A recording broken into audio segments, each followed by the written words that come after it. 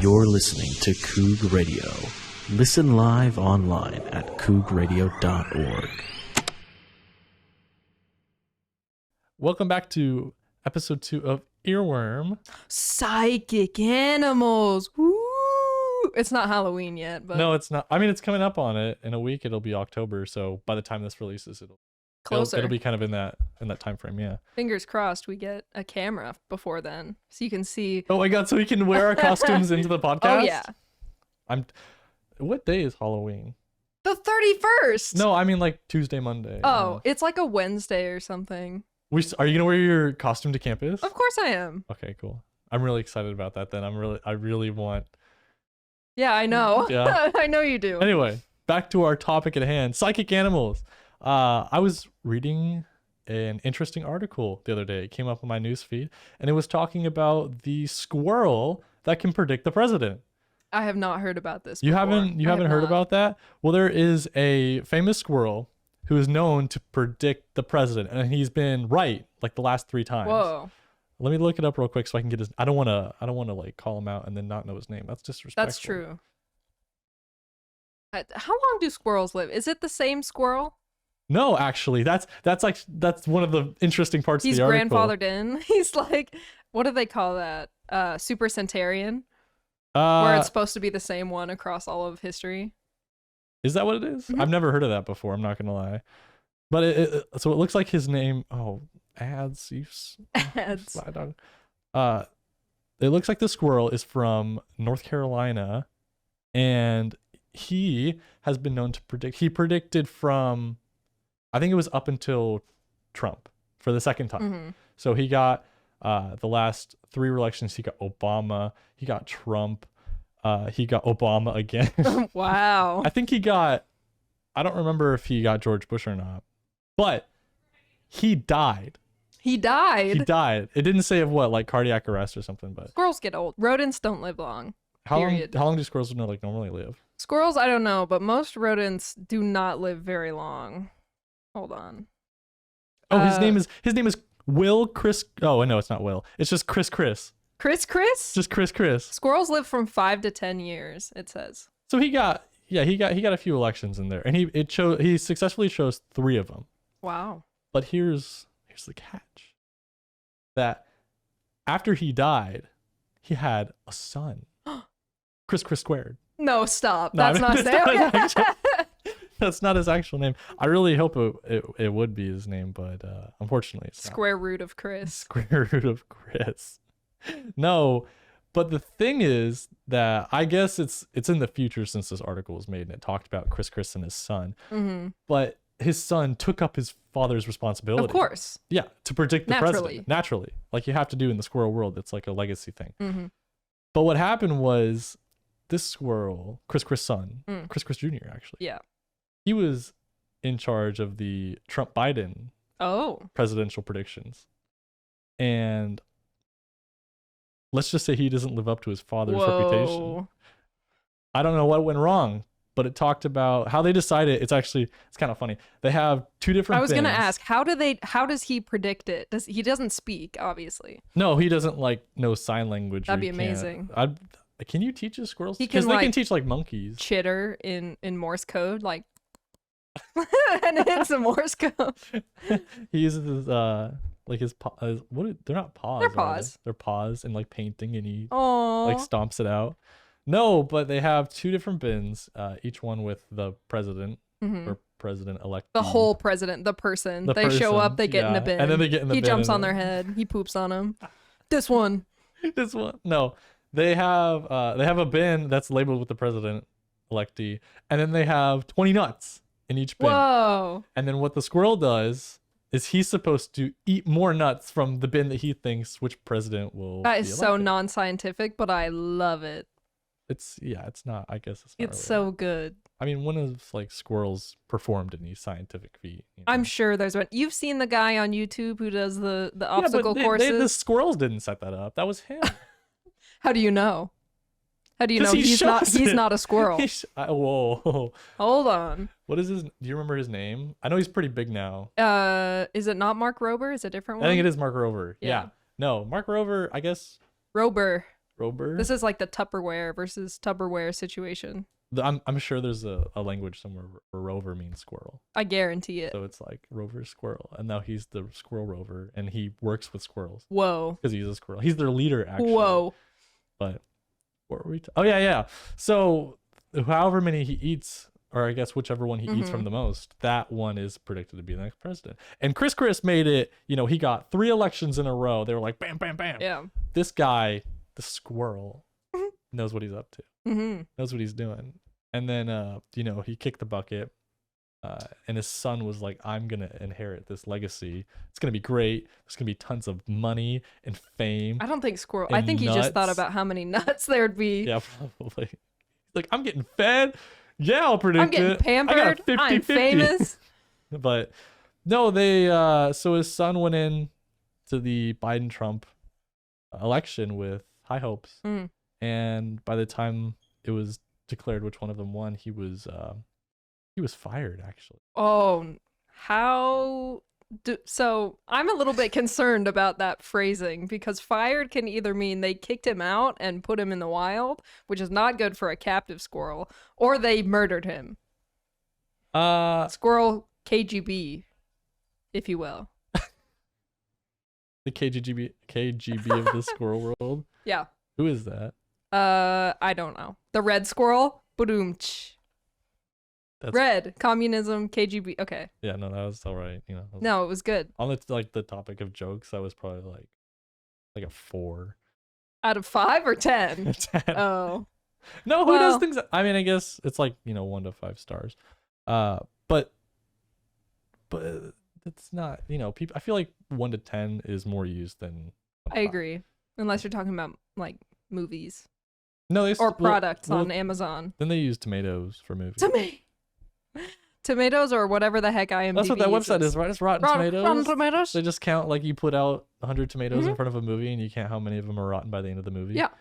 That's what I thought. I mean, that's how I would do it anyway. It's interesting how the squirrel has a legacy, because that is also the case for Groundhog Day, which is like the most famous example of animals predicting the future is Groundhog Day. Wait, so the groundhog from Groundhog Day, that's the real one, by the way, from the film. Wait, really? His name. Yeah, I didn't know he made a cameo. His name is Punxsutawney Phil. So it's a big thing in Pennsylvania. You're dying laughing over his name. That's like an awesome That's the name of the town. Punxsutawney. So aside from the film, Groundhog Day, excellent film. Bill Murray, it's iconic. But it is actually Dutch. Like it came. The squirrel? No. Oh, I know. The groundhog? The idea of Groundhog Day, it's a very European thing, but apparently in Germany it was a badger and not a groundhog. I don't know why they. So when did they split? Yeah, I know. I guess I was gonna say, like, did they go to do it one day and they're like, oh, no badger, squirrel. Probably. That was my amazing German impression. Punxsutawney Phil, so it's like quote unquote. Is that how you unquote, spell it? No, it's the way that I spell it in the notes that you're looking at. Yeah, it's Punxsutawney.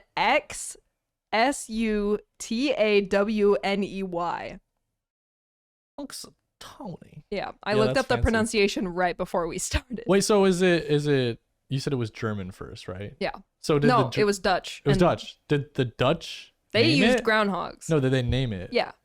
And then it just happened to go to a town named Punxsutawney? Oh, no. The town named the groundhog. Punxsutawney, I don't think has anything to do with the Dutch. Okay. But interesting. Everyone knows the groundhog, he comes out of his little burrow, and if he sees his shadow, it's 2 more weeks of winter. If it's not, I might have that backwards. I'm pretty sure it's if he sees it, it's 2 more winter. And if he doesn't see it, it's I thought it was like early spring. If he comes out, sees his shadow, and gets scared by it, and then he goes back into his hole. There's different variations. I think for the thing that they do in Pennsylvania, it's just if he sees it. But he's supposed to be like this ethereal being who has survived since they started doing this in Pennsylvania in the 1800s. It's been around for that long? It has been around for that long. And supposedly he's the same groundhog. When did like the Salem witch trials happen? I don't know, man. You don't? 1500s. That's my shot in the dark guess. Yeah, you don't think it was like? I have no idea. I'm gonna look it up. Go for it.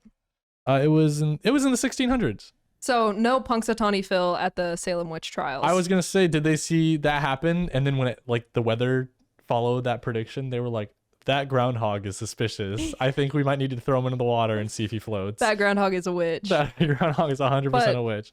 The Super Centurion means he's supposed to be the same one, even though logically there have been other groundhogs that have died. He's a reincarnation. Yeah, that's kind of the idea. How old does a groundhog have to be before it can predict the weather?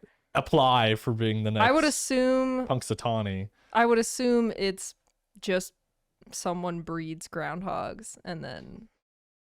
Do you think there's like a family that has like a monopoly on that? Most certainly. You think so? Guaranteed. Like there's the groundhog like the family. duck stamp people. The what? The duck stamp people. There's a competition where you paint a duck and then it goes on a stamp if you're good, but the people who win every year are these three brothers that are like related to the people who run the competition, and everyone's like, Anyways, Groundhog Day. Funny. That's like the how is no one like throwing people know. People throw a fit. Where does this happen? I don't remember. Oh. It's like it's like the thing where you go to the Clark County Fair and there's all the different pictures and drawings that people take and they rate them, you know? And then there's like this incredible hyper photorealistic drawing of a dog or a bird or something, and you're like, wow, this could be an actual picture. Yeah. And it's got second place, and what's next to it is this blob of a dog. It's like a stick figure of a frog. Yeah. And it's like number one. It has like 3 first place ribbons on it. It's like it won in this category, it won in photography. That's not even a picture. It's just, you don't know how it got there. I love it. Everyone loves it. But he's supposed to be the same groundhog over time, but obviously he's not. So it really came about because of the idea that groundhogs are a mammal that hibernate. So they thought like, oh, when they decide to come out for hibernation and then they see their shadow, they're like, oh, I should hibernate for longer, even though that's not how it works. That's just what they thought. He's not all-seeing, all-knowing, omniscient, omnipotent groundhog. He's just a groundhog. I want you to ballpark guess how many people show up in Pennsylvania every year for the live ceremony of him seeing his shadow or not. Can I know like how many people are usually in like population of Pennsylvania? Yeah. Well, maybe not even Pennsylvania. Oh, of Punxsutawney? Yeah, Punxsutawney. Because I feel like that would kind of. This is funny. So the population of Punxsutawney now is sitting at around 5,700. Really? Mm-hmm. Such a big deal. I feel like it'd bring in a lot of tourism. You know, like people want to go to see this groundhog. Do they get to like shake its hand? Probably. I think so, actually. I've seen it on TV. What happens if the groundhog bikes someone? It's like a celebrity, so it's like it gets flipped, and it's like they were like, you know. No, that person specifically gets 6 more weeks of winter, and no one else. They have a permanent rain cloud following them. A little thing above their head just following them, yeah. But guess how many people show up? You said 5,000 roughly? Is the population. Oh, God. I kind of want to. I feel like I know it's way more than. There's no way it's less than that. Correct. Because everyone in town is going to be like, that's like the thing. Like, this is bigger than Christmas. It's like the groundhog is coming up. It's like our day. Times Square, New York? No. Punxsutawney Phil. Groundhog Day. On Groundhog Day. You want to be there. That was a party. I'm going to be really ambitious. Generous. Yeah, really ambitious. I'm going to say like 1 million. Okay, well, that's a little bit too ambitious because that's like 20% of the U.S. population. Well, 40,000 people show up. 40,000. That's 8 times the population size. Oh my! Show up for Groundhog Day to watch him do his little thing. God, you got to start wondering. Does that mean that Punxsutawney just has like a ton of extra hotels? Oh, guaranteed. That just are like for the rest of the year barely filled, empty, and like their entire revenue is based on Groundhog Day. Absolutely. Oh my God. It's incredible. The gift shop must be crazy. I was just thinking, you go to the Oregon coast and the gift shops are like all the same. They've got Bigfoot and then they've got like Yeah, that's how. fish. I mean, that's how it is whenever you travel somewhere. Most of the time, anyway. If you go to Punxsutawney, Pennsylvania, I bet everything is themed Groundhog Day. Do you think they filmed the movie in Punxsutawney? Because I mean, if they didn't, Punxsutawney Phil was in the movie. Did they film? Oh yeah, and a lot of people have tried to analyze his accuracy, and for some reason, it's a really hot topic. Like people don't agree. But the most common prediction, like percent that I found, was he is 39% accurate. And this is still celebrated. Yeah. Like as much as it is. Oh yeah. People don't care. They just love Groundhog. They love Bill Murray. You know, they love the Groundhog. Oh my god, that makes me wonder, why were they so hard on the Chris Jr.? I don't know, because the Groundhog of the staple of like animals predicting the future is Groundhog Day, and he's terrible at his job. I know, it's like when you have like a really small restaurant and they like mess up your order, they're like, forget him, I'll give you a free coupon. Yeah. And then you're like, whatever, Jimbo. Yeah. But then you go to like one of Gordon Ramsay's restaurant and they Yeah. like mess up an order, and it's like they apologize to you on a personal level. Yeah. Yeah, that's kind of what I'm picking up from this Groundhog Day squirrel situation, you know? Yeah, I truly do feel bad for him. You want to hear something interesting I heard about Groundhog Day? Was that, so there's a lot of debate on how long Bill Murray's character was stuck. Oh yeah. In this time loop. Have you heard that? I haven't heard any predictions. So I guess it was kind of like estimated at first that he was trapped there. I want you to guess. I want you to guess my how long. immediate gut reaction was a year. Okay.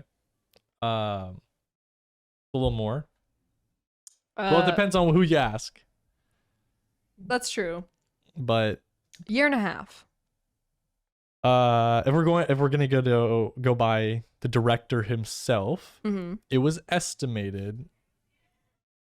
At first, he said that it was approximately, a little higher than a year and a half.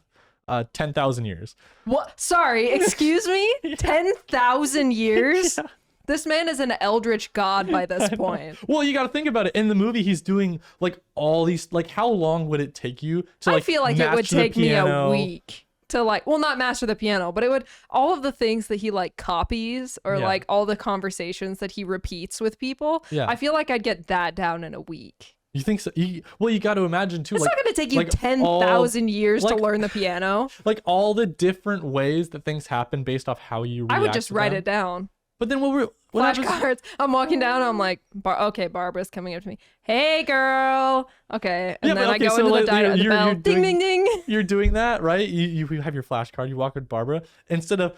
Hey girl, instead of Barbara being like, hey, she's like, hey, what's up with the flashcard? And you're like, this isn't in my notes. And then you start freaking. And then, what are you just going to record that one interaction? That's how I die. That's how well, when you die, you just come back. And you got to think, the movie showed him killing himself like. A lot. Like a lot. I mean, it probably, I think it was like at least 5 times. I would want to test the ability of the human body. Knowing that I could regenerate the next day. That's so weird. I would, yeah, but you don't know if you're going to regenerate. That was the thing, like he didn't know. You know how in Minecraft there's like a certain amount of blocks high that you can fall from and survive? Yeah. I would just build a tower a little bit bigger every day and jump off of it until I die. To just see so that I can come back from the time loop and be like hold your approximately 50 feet tall is what the tower needs to be to until I die. Before I continue into this next part, the director later on, the director's name is Harold Ramis, but he later stated that it was probably more like 10 years. Okay, yeah, that's he went down accurate. by a factor of 1,000. That's still like, homie, stick to your script. I love the idea of 10,000 so much more because it's so like funny. He has so much more he could have done, you know? Because you think about it, he killed himself, a dozen or so times shown in the movie. But it's like, if he was really doing that, he could have killed himself 365 times. That's a year. You know, and that's just like he's probably getting creative at that point. Like the first couple, like when he drove building the car, the tower, like building the tower. Like at first, you know, he drove the car into the quarry, and then I think the next one he just got like hit by a car. Yeah, it's been a while since I've seen the movie. I think he jumped off a skyscraper. I was gonna say he definitely jumped off something. Probably like a bathtub in the toaster. It's horrible that we're just listing out ways to kill yourself. It's just that's what Bill Murray did. It's his fault, not ours. We're quoting the movie. We should have him on to talk about Groundhog Day. I would love. He's pretty old. He's old now. Yeah. You know what I loved him in? Zombieland 2. Oh, that's a good. I haven't seen either of them, but I know that they're good. They're pretty good. Yeah. We should definitely do an episode about zombie animals because that's a thing. That would be really cool. But anyway, back to this episode's topic before we start talking about next one is the 10,000 year thing. That's so much because I love that idea of just having that much, like a person alive for that much time. Insane. It's insane. I would rather die. I think that's why he tried to kill himself so many times. But anyway, I love this conversation with my friends in high school and whatnot. Is I came to them and I said, okay, you have, it's exactly like Groundhog Day, except there are a few different things changed, right? You have 3 days of the day repeating, and then on the third day, it finalizes, and then you go to the next day. Okay. So it's like every day is 3 days, but that third one, that's where it counts. Every day you get 3 tries to fix anything you screwed up. Yeah, exactly. And on a third, and it's like that for, you know, however long you want to do the test for. But you have about, I don't remember exactly how large I said it was. I think it was like a normal bedroom size of an area. Like say your bedroom, that area does not change. Or it doesn't stay the same. So it's like if you bring something into your bedroom and the day resets, that thing is still where it reset at, but it's also in your bedroom. Ooh, and it's like what would you duplication glitch in real life. It's like what would you do with that? Like, I would dupe so many reptiles. Money is what most people would say is put $100 bill in your room and then the next day it regenerates and then it's exponential. Like I always came to the thing like what would happen if I took a person and put him in there? What if we put... I'm like, stay the night with that. That is how Punxsutawney Phil has been the same groundhog for 10,000 years or however many. Do you think the people in Groundhog Day also lived that long? Like, I know that the day reset around Bill Murray, loop, but technically, if you want to think about it, like, Punxsutawney Phil did live 10,000 years if Bill Murray also lived 10,000 years. No, but it was just like a copy of... I guess it was just like... Everyone, but not everyone was on the same like level of awareness as him. No, you know. Yeah. Isn't there another? I think there's a more mature movie that has the same. Happy Death Day. Happy Death Day. Good movie. I haven't seen. I've seen a clip Second of it. one is a little ambitious, but first one's good. Yeah. No, I've wanted to see. I saw a clip of it, and it was him like, it's the part where they're dancing together, and he's just like kind of moving around everyone. He pulls up a chair behind someone. Yeah. He like mimic someone. I good. love that idea. The idea of a human being alive long enough to start seeing those types of like big patterns and like just like they know what's gonna happen or have like an idea, so they just start screwing around. I love that idea. I love that idea so much. It's good. But anyway, we should probably move on. Animals that predict the future. Groundhog Day. Animals that predict the future. Yeah. Well, that kind of brings me back to another one of my topics is, you know, while he was alive, Chris knew his stuff. Right. You know, he did the research. He watched the polls. He knew what was gonna happen. He knew which president was gonna get elected. Right. And so he ate those nuts. Yeah, he did. Yeah, he did. He gobbled them up. He loves them. He was right. That's the big thing. He was right. Which makes me wonder, like, there are other animals to just have these like wildly crazy traits that I guess sometimes, you know, people have looked into them, studied them, but then other times they're kind of just like taken for granted. Yeah. You know, like for instance, a dog's sense of smell. Oh yeah. Like a dog's sense of smell is like 10 to 100 times. I think if it for like a bloodhound, it was like 100,000 times more powerful than the human nose. And it's like, what is he picking up with that? Girl, what does he know? What does he know? Because, you know, if you're like, you know, it's late at night, you go to take a shower, you close the door to the bathroom, and your dog's on your bed, and you take a shower. Does he know what type of soap you're using? Probably. But does like, Well, I don't think he does like it care? cognizantly knows. Like they don't have the higher awareness to know like the relation between the scent and what brand of soap and where you got it from. Yeah. I think that's a big thing that there's a lot of movies and TV shows that have the idea of a dog who's sentient or like an animal hate that's sentient. Really? I hate over personified animals. The Disney documentaries, the ones that they put on Disney Plus that were on Disney Channel, those documentaries where they had like one animal and then followed its storyline, hate it. Worst thing ever. Awful. I watched the bear one with John C. Reilly. Hated every second of it. I cannot stand over personification of animals. If it's like one animal. Yeah. But what if it's like a group? Like, still, they give them Planet all names. Planet of the Apes. Planet of the Apes was not real. Planet of the Apes. I'm sorry, but the bear Planet of the TV Apes show documentary is not a documentary. First of all, no, it's a real nature documentary, but they had famous people narrate it as if they were the animal. Yeah, I hate it. I see what you're saying. That's honestly like if I had to bring up something that like really grinds my gears. It's when you're with someone and they're with their animal or whatever it is, and they are speaking in the like persona of their animal. You say that, but you do that. No, I don't. Yes, you do. I don't. That's not true. What I do is I'm like, oh, he's a funny guy, or like he's such a silly. No. What I'm talking about is like, say you're with someone and they like, you're like, oh, you have such a cute dog or cat or whatever, and they go over to their animal and they like rub it a little bit, like they pet it, and then they're like, oh, I love you, like that. That is just annoying. like that is annoying. I don't do that. That's. But there have definitely been times where you've like spoken for Elliot. Yeah, your but dog. I'm not like. No, you're not obnoxious about it. But I don't remember that. No, there are many times where I've been over and you've been like, he's begging or something, and you've said in Elliot's voice, quote unquote, you said like, "Oh, look at the food," something like that. That's not like me talking from though. That's just like me. No, like, it is. That's like mocking. Okay, agree to disagree. Okay, I think it's different. I think there's a very distinct line that a lot of people. Fair enough. I also have notes on dogs in mine. I just lowered my chair. Drop it. Because they can predict the weather based on their sense of smell. Yeah, it's like how some people can smell rain. Yeah, well, everyone can smell the rain. I can't. People, really? But not unless it's like actively raining. People with arthritis and stuff will also say like, "Oh, big storm's coming, my bones ache." Isn't that because of the pressure? Yeah, that's the same reason that dogs can predict the weather is because of barometric pressure changes. Me personally, I'm obsessed with the barometric pressure index. Yeah. Yeah. Like Reptiles. How, like on a scale of 1 to 10. I'm like a solid 7.5.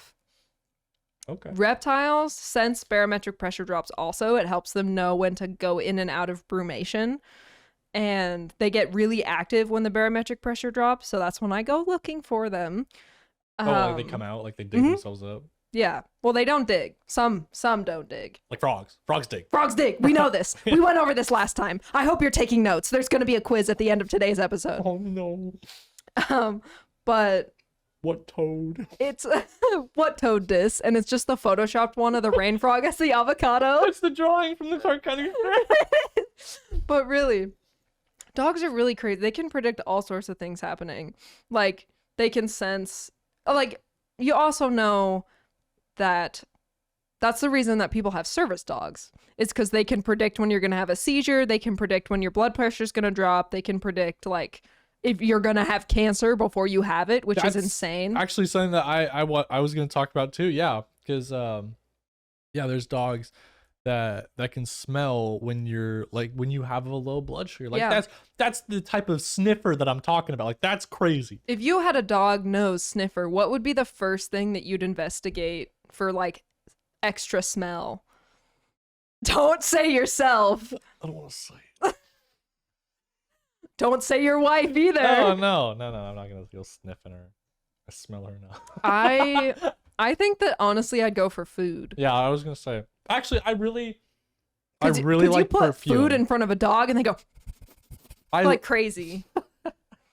Perfume already smells too strong. It gives me a headache. I love perfume. I'm one of those people who gets a headache from perfume. My one of my favorite things is when you pass someone, and they're wearing perfume, and you like get a whiff of it. Is that why every time we're walking next to each other and you turn and go to me, like, that person smelled really good? Yeah, that's exactly why. Because I smelled the perfume. You appreciate it. And cologne is not. Cologne is like, I feel like all colognes kind of smell sour. Yeah, true. You know? They're not. Like, there was a guy who stood next to me and my cousin at a Bastille concert, and he was wearing a really strong cologne, and we couldn't figure it out, and it actually gave my cousin hives because of how strong it was.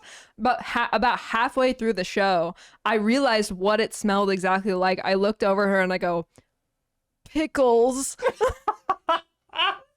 And it did. She looked at you and just nodded. Yes. Like, pickles. Yeah.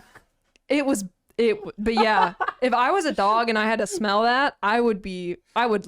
Oh my god. Who makes a pickle? Who would wear a pickle perfume? I don't know, but it was strong and it was pickle. When you're choosing a scent to use to like identify yourself, people are looking for like, oh, rose petal. Yeah. Or, you know, like or like big man, like, clean fresh volcano, pumpkin spice made of trees. But then someone else was like, I want pickles. I want to smell like a good old-fashioned dill pickle. Can I ask, what did this person look like? Like every middle-aged white man you've ever seen in your life with stubble, goatee, brown hair, flannel. Okay. I'm getting a little bit of a picture. Yeah. I think I get it. Well, that's, yeah. Dogs. I would hate to smell the pickle perfume if I was a dog. Absolutely I mean, I like terrible. pickles. Like, I got nothing against pickles. No. Doesn't pickle juice have like a really good property? It's good for you. Like, on what level? I don't remember. It's good for your. It cleanses you. It cleanses emotionally and physically. I hate pickles. Like, first of all, himself in pickle juice, like at the church. Oh yeah, like baptism, but with pickles. How different do you think the world would be if baptism was like it had to be done in pickle juice? I think people's eyes would be a lot more sore because you're supposed to like. I don't think you're supposed to open your eyes. No, you're not. You're supposed to close your eyes and go down, but the water's still on your face. So like, if it was in pickle brine, it would get like in your eye. Like, vinegar. Like a little cut. Oh, don't. Okay, enough of this. That's awful to think about. Wait, one more thing on that. Have you seen the video of the baby getting baptized? It was just like he's dunking him like a chicken nugget. That's what it is.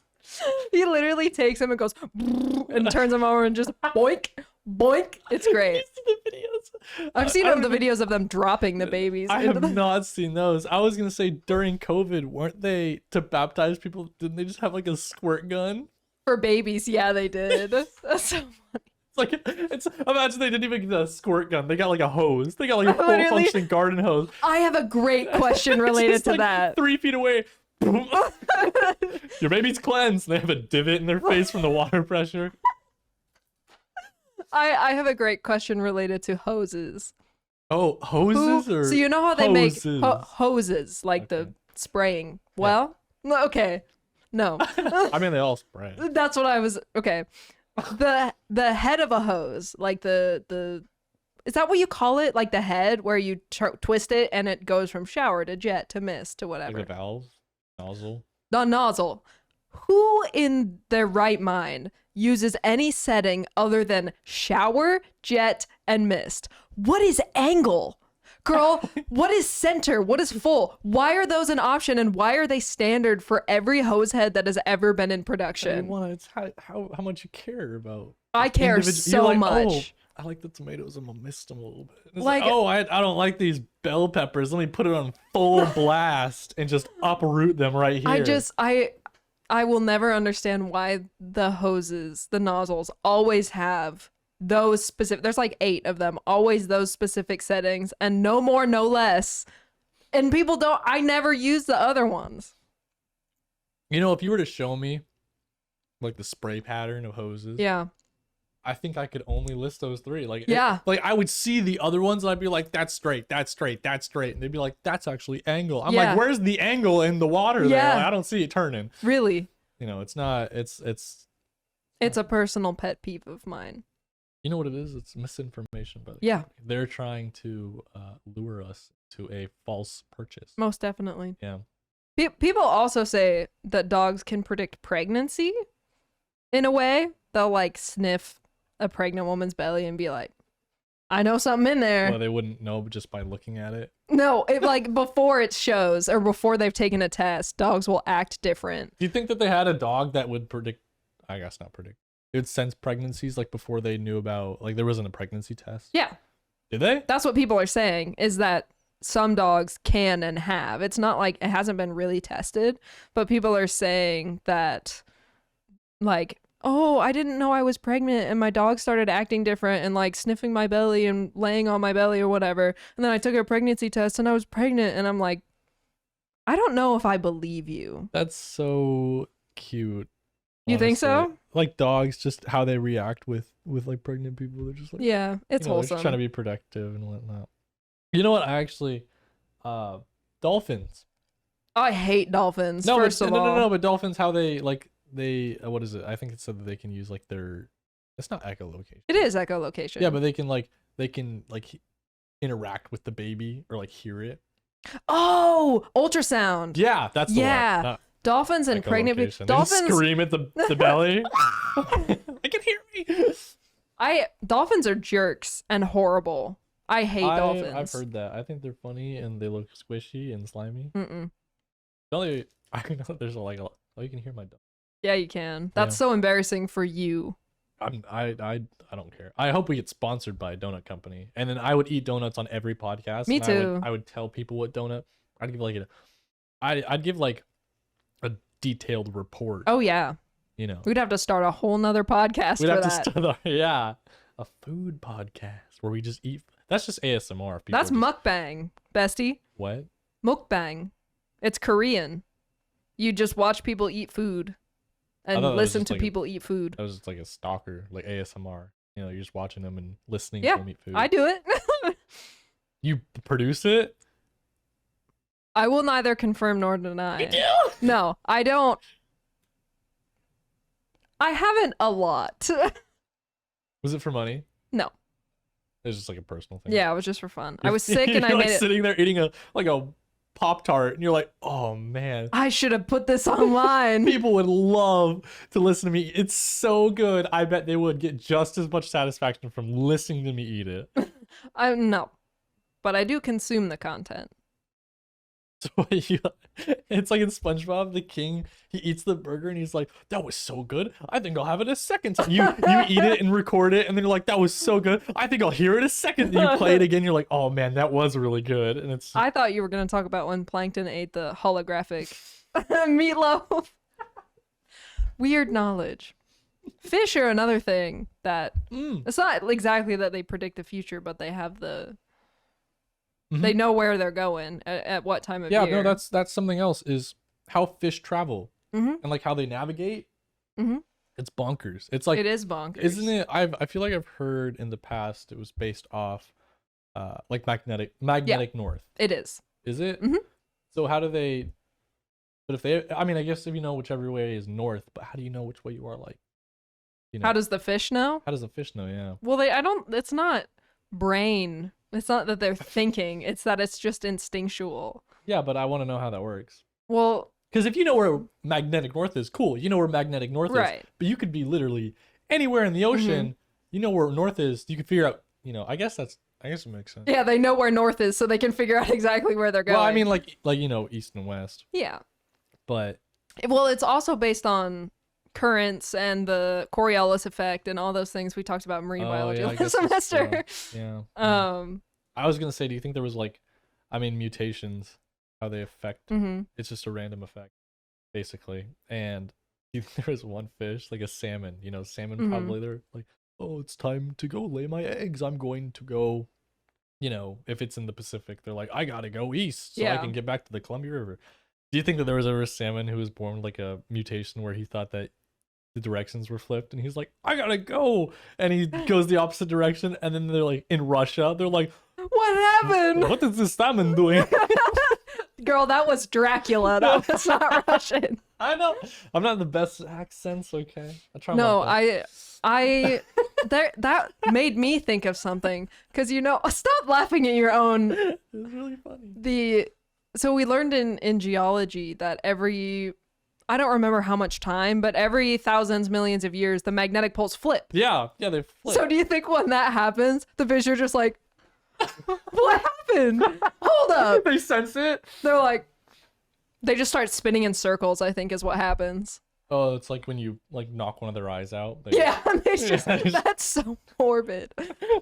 Well, it happens. Or when people play a certain like tempo on their phone and ants will go in circles around it. Mm-hmm. Like to Kanye. You lock like one side of a wheelchair. Yeah. No, stop. Horrible. But I do, because I think that it's happened like at enough time to where there weren't fish alive when it happened last. Well, yeah, and I mean the ones that survive will, No, but I mean, like, I think the last time the poles flipped was before life on Earth existed. No, you think so? No, because it happens. I think you said it happens every like 100 or I don't remember for sure. years or so.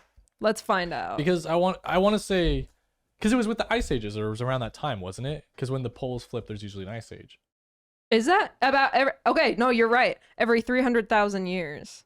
Okay, so I was a little off. Well, okay, close, but closer. But no, that's an interesting thing to think about, I guess. You know what's crazy? Because we talk about fish. I mean, big fish like salmon, yeah, they get a little far, but I feel like they can always get their way back, like we said, just by knowing which way is north. Yeah. What about like the great white shark? Oh yeah. Those things circle the globe. Yeah, they do. A couple times, like annually, I want to say. And how do they do that? They have the follow the current. They follow the current because there's big underwater like highways. Yeah. I mean, which is funny to think about. Yeah, I mean, imagine we've all seen Nemo. A shark honking at a whale because he got in his lane. You think you just take like a little petty bite out of him? Yeah. Yeah, just a little. Most certainly. Yeah, and then the whale smacks him and he flies off the road.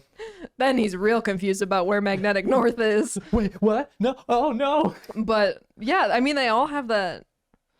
It's weird, like it's also something about the electrical signals in the world, because everything has like an electrical signal. And fish are really sensitive because water conducts electricity so well. Fish are really sensitive to electrical signals. So I'm sure it's a mix of magnetic north, electrical signals, currents, wind patterns, water temperature. Yeah. They're smart. Do you think that they look at each other and they like do a little thing? Oh yeah. And they like talk to each. Do you think fish talk to each other, or like they have a way of communicating? Certain. If they're smart. Well, you've seen schooling fish, how they can react to each other like way before they should know. I mean, it's like pass information.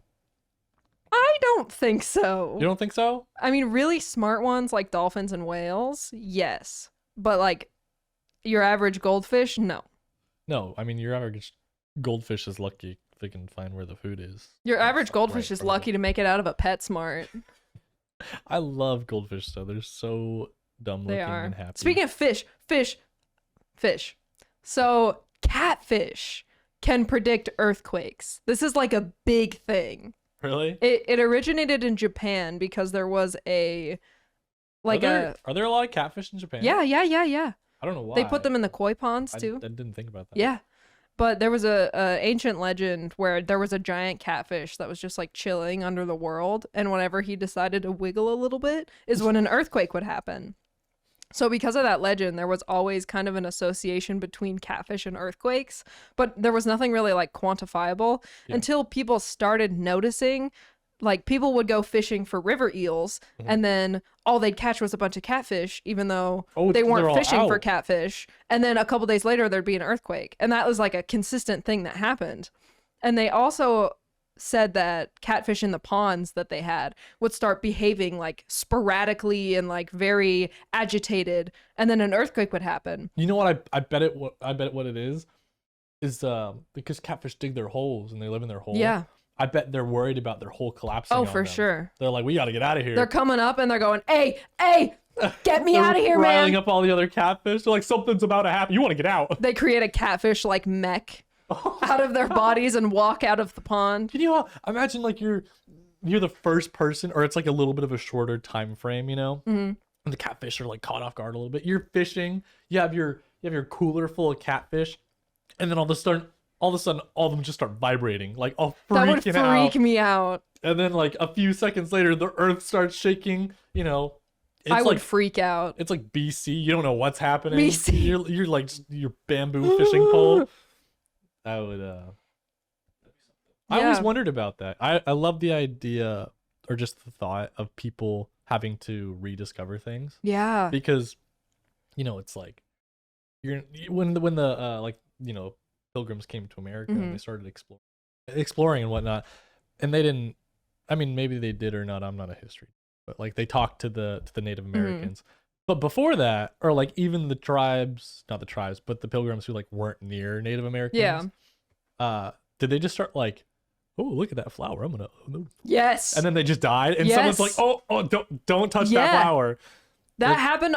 The amount of times that happened on the Oregon Trail specifically is innumerable. People were eating whatever they could find and creating potlucks for like everybody in the wagon. What do they call them? Like wagon cities? The caravan? Yeah. And then people would start foaming at the mouth and dropping dead. And they're like, well, gotta knock that one off the list of edibles and keep going. Oh, but I mean, I guess Lewis and Clark had like a lot of help along the trail, but they're privileged. Hell yeah. I mean, okay, it's funny. It's funny. I heard a joke the other day that was they were talking about white privilege, and they were like, yeah, because if you don't use it, then that's just wasteful. That's Lewis and Clark mindset. So funny. But really, so we were talking about accuracy, and like dogs are accurate when they predict, you know, weather and seizures and whatnot. Yeah, they can like smell drugs and stuff. The squirrel was really good until his son was a disappointment. The groundhog is very inaccurate. Yeah. So catfish is like 100%? 80%. Oh. 80% accuracy, which is super high. Yeah, compared to all these other animals. In the world of like animal predictions, that's still pretty high. Compared to the groundhog, it's like a miracle. Yeah, I mean, but that's true. People think that it's either because they're bottom feeders, which is kind of what you were saying about their holes being destroyed, is because they're spending their time on the bottom of the water, and they touching the bottom, they can feel it shake, and so they're like, I don't like that.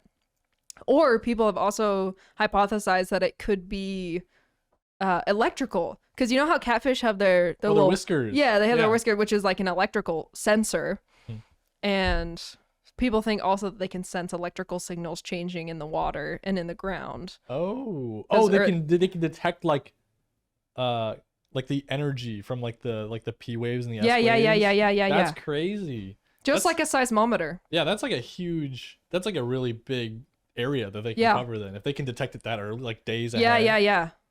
Huh. It's usually like a couple hours to like a full day that they predict, which is really cool. I mean, that's still really good, you know. I could not find this for the life of me. When I was doing research for this episode, I remember it could be from a movie, so bear with me if it is. But I remembered this experiment where they had catfish in a tank, and they would count how many times the catfish crossed a specific line. It was like a line was painted on the tank halfway down, and it would count how many times per hour the catfish crossed the line. And then one day there was about to be an earthquake that they didn't know, and the amount of times that the catfish crossed the line was like doubled or something insane like that. Okay. And then an earthquake happened, and they were like, "Oh, he knew." That could be from a movie, but I swear that happened, and I could not find the article anywhere. I don't know. I can't see a movie staying with like one catfish that long. It wasn't all about the catfish. It's kind of surprising they stayed with Nemo as long as they did. That's true. Okay, so without revealing too much information here, I work at a pet store currently. Love my job. It's not PetSmart, not Petco, because I hate those companies. Yeah. And we have saltwater aquariums in the store. The amount of grown adults and children that come in and they see a clownfish and a surgeonfish and go, Nemo, Dory. I'm like, get out of my store. Oh, sorry. You're squeaking over there. I'm adjusting the microphone. But the amount of people that come in and are like, yo, Nemo. I'm like, girl, you're on thin ice right now. I don't know why. It's one of the most annoying things ever to me. Yeah, I can see how that'd be really annoying. That's fair. It's and people will come in. We have axolotls as well. Oh yeah. No one knew what axolotls were until like until Minecraft. Even before then, a couple years ago, people just decided that they were like the next thing. They were really cool, yeah. Yeah. I think it's because someone got them as a pet and they started showing off, and at that point everyone was like, "Oh my god, they're so Most look definitely. at their little smile." Yeah. You know. And we have them, and kids will come in and be like, "Yo, axolotl," and their parents are like, "What are you talking about?" It's really funny. That's something that I miss as a child, because you know it's not every day when you're a kid that you know something that your parents don't know, because when you're a kid you don't know any. I mean, maybe this was how it was for me and my parents. Know nothing. I know nothing. I didn't know that I knew nothing. I thought I had like a pretty good idea about how most things should work. But my parents, being who they are, they know more at the time. And so whenever I was like, it'd usually be like a dinosaur fact. Oh yeah. Or like I'd see something and my dad would be like, "What's that?" I'd be like, "That's a Stegosaurus." And he's like, "Wow, you actually very knew that." impressive, bud. Good work. And it's, I don't know. Those are like the one of the peak times of childhood. Is when you know something your parents don't. I mean, usually it's like some weird math formula that you just learned, and your parents are like, "What are they?" We didn't learn that when we were kids. They keep changing math. Yeah. That was I heard that. That was. I actually have a very specific memory of the first time I said something that my parents didn't know. I just thought I don't know why I have this memory, but I know it is. We were in the car coming back from the Newport Aquarium. Shout out, love the Newport Aquarium. Yeah. And I was telling my parents how octopi have 3 hearts and 8 brains, and they were like, "I don't know if that's true." And one of them, I think, Googled it, and we're like, "Oh, very, very cool." I think it was very good. Chloe. I think it was flip phone time still. So I don't so remember. It took them like 20 minutes. Yeah. Or they looked it up when they got home or something on the computer. Oh. But I have that very distinct memory of knowing that, and they were like, "I guess you were right," and I'm like, "Yeah, I was. I read it in a book." I love hearing stories about when I was a kid, because when I have a horrible memory. Yeah. I have like not a hard time, remembering things like information and whatnot, but it's just like I can't remember certain things about like years and years ago unless something triggers that memory. Yeah. I can't just like pull from a filing cabinet. But there was one story that I loved. I didn't know about it until like a year ago, and it was, I guess my mom was always trying to get us to do chores, and she would try every way imaginable to like convince us to do the chore. But she wanted it. My mom was very loving and generous, so she was never like overly hard. She always tried to make it like beneficial, like try to entice us to doing it. I remember one time she played around with like the allowance thing, like, if you do this chore, I'll give you $2.50, whatever. Well, we always we were not nice kids, and we would screw around with that a lot. We'd be like, "Mom, I did my chores," and she'd be like, "Oh, you did, good job," and she'd trust us, and a lot of times we didn't. So she changed that system a whole lot. And one of the times, I guess this new system that she came up with was, I'm gonna give them all money in advance, and then every time they don't do a chore, they're gonna have to pay me. That's a good one. So I guess what happened was my mom at the beginning of the week, she came to me and she took out 5 $1 bills, and she was like, "Here's your allowance for every day you don't do a chore. You have to give me money." And apparently I looked at the money, looked at her, gave her $3, and was like, "I don't want to do chores on those days." Whoa, that's actually kind of incredible for a child, like time management. I think I was like 6. That's incredible.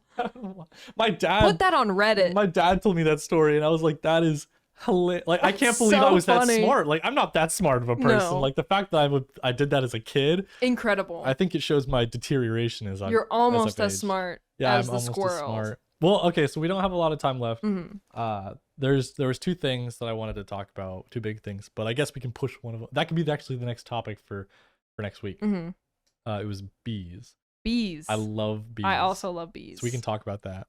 But then I have a little game for us. Oh. Where I'm gonna give you an animal and a feat it's accomplished. Oh, okay. And you have to tell me whether you think it's true or not. Oh, I like this. True or false? All right. Yeah. I have big knowledge, so I have big knowledge. I'm expecting big things from myself. So I have 3 questions. Yeah. So first one: the furthest a kangaroo has ever jumped is 42 feet. I think that's true. Yeah? Yeah. That is true. Yeah. In 1951, a female red kangaroo in the zoo at New South Wales jumped 42 feet. That is incredible. I know it means distance. I'm also imagining it straight up. Whoa, that kangaroo just jumped takes off. No, I have actually held and bottle fed a baby kangaroo. Really? And even as a tiny little baby, the strength in the legs, arms, and tail of that animal is like shocking. Oh yeah. It's insane. It's pretty gnarly.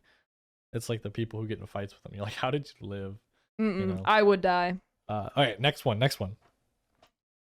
The lungfish is known for its capability to survive at a most of 2 years outside the water. True or false? I know of lungfish, and I know that they can survive out of water. I don't think it's 2 years. You're saying false? Correct. Wait. False is in lower. Yeah. Okay. Well, it's I guess a little weird. But that is false. But in the wrong direction. Oh, it's longer? The longest the lungfish has been known to survive outside of water for is 4 years. King energy. Could you imagine coming across that fish? And he's just like thinking, laying in the grass. Yeah, and he thinks that he's like, I'm getting the world record. And then you put him back in the water and he's like, no. You're like, oh, Scooby managed to get outside of his tank and he's throwing back in. He's like, I was going for the record. No, really. Why did you do that? If you've ever seen a lungfish, they're like really gross, I think. I haven't. Looking. The only thing I think of when I hear lungfish is the Subnautica one, where it's like the two lungs. It looks like the bladderfish. The bladderfish, yeah, it literally looks like two lungs. Yeah, lungfish, they look pretty eel-ish, and then they have really weird like tendrils coming out. Okay, last question. This is a good one. The largest beaver dam ever recorded was 800 meters long. I believe that fully. Yeah? Yeah. That is true. Yeah. At the Buffalo National Park, the beavers dammed the water coming down from the Birch Mountains. Incredible. And it was like around 800 meters long. Beavers are so scary. I love beavers. Have you ever seen a beaver in the wild? Yeah, actually I have. So the first time I ever saw a beaver in the wild was this summer when I was in the field. Our house was on the Little Nestucca River, and around our neighborhood they had a beaver dam, or like a family of beavers that just lived there. And so one night, well, it was getting dark. Yeah. And I was on the dock, this rinkety-dinkety dock that I should not have been fishing off of. Those are like the best places to fish. Oh, yeah. I'm not a big fisherman. I love certain types, but it's like the places where things are usually like a little iffy, that's where the fish are. Yeah, it was good fishing. But I was fishing, and then like I was getting good hits on my rod, so I was reeling in, and I think the fish slipped off. But I was like, rookie mistake. Still reeling in and like trying to figure out if it was still on or not. And then I look down, and right under my feet is a shadow that's like 1.5 meters long. And I'm like, what is that the fish? No, I literally said, what did I catch?